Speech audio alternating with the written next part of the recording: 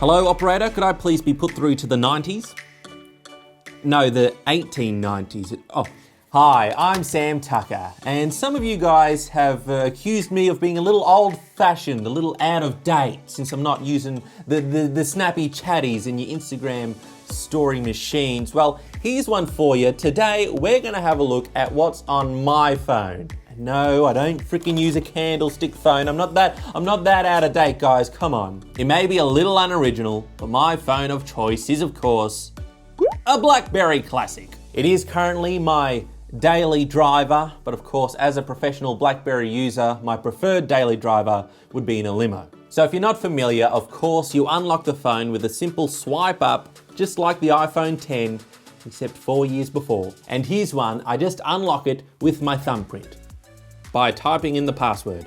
There is another sign-in method that us BB users will know, which does involve playing with my BB balls. Figure that one out. All right, so here are all my apps, starting with text messages. You know, WhatsApp used to work on BlackBerry OS, but since they got bought out by Facebook, they just haven't been able to find room in the budget.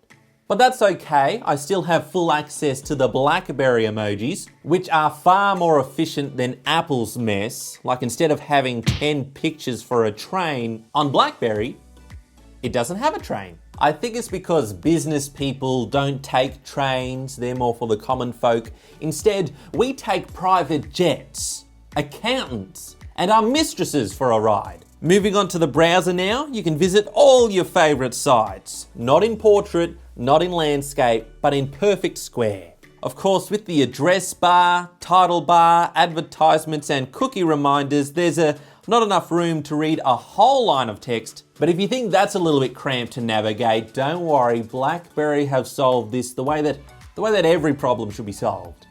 With a little nipple. See, it gets pointy. Now when it comes to the clock, I keep it right next to the clock. And it helps me set alarms at night before a big business meeting. So I know I can then just relax knowing I have exactly 7 hours and 15 minutes to have a nice relaxing sleep. Just a handy, soothing, bright red alert there. Reminder. Yeah, a soothing reminder. Let's navigate to Maps. BlackBerry Maps is actually quite useful. It keeps this interface nice and clean by not cluttering it with things like train stations, landmarks, or most street names. And you can hide traffic data if you want to make it even clearer. If you want to show traffic data though, then BlackBerry says whoops.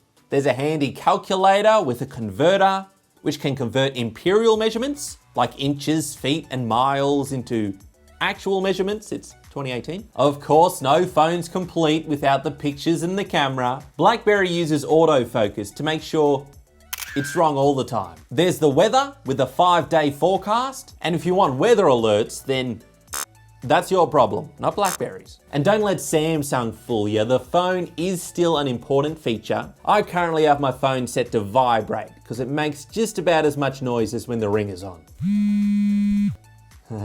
Headsets will work perfectly fine, like the Apple earbud things here, though it will warn you when you reach a dangerous volume. I assume it means dangerously low because I still can't hear a thing. For listening entertainment, there's the Podcast to Go beta, pronounced better because you better get used to it. They're not going to update it. If the app does permanently freeze though every month, that's okay. You can just re-download it from the BlackBerry World App Store if it's still up. As in the BlackBerry App Store's still up. Even BlackBerry are dropping support for it next year. But that's okay, you can still download Android apps. Yes, you can get Android apps on the Classic, the same way that everyone does. Ordering it on Amazon. Now, while you can't get some obscure apps like Facebook or YouTube, you can get the most popular ones, like Hearthstone. You can't play it, but you can get it. Anyway, I have OneNote on my device so that I can just put down some video ideas and work on scripts while I'm on the go. It's a real convenience that I couldn't do without. And all I have to do is to wait for it to respond. And that is what is on my BlackBerry Classic. Let me know what's on your phone, whether it's a BlackBerry or Ubuntu, down in the comments. And until next time, this is Sam Tucker saying, stay funky everyone. It's SAMTIME signing up. Subscribe today. People keep asking me, Sam, what's on your phone? Well, None of your business. Funk it down. You won't find this on Snapchat, and I hope you don't send me an iMessage. Hi, I'm Sam Tucker, and I'm a BlackBerry user in 2017. This is my story. I wasn't always a BlackBerry user. For the longest time, I was an Apple fanboy. But when Steve left for good, they started making some weird decisions.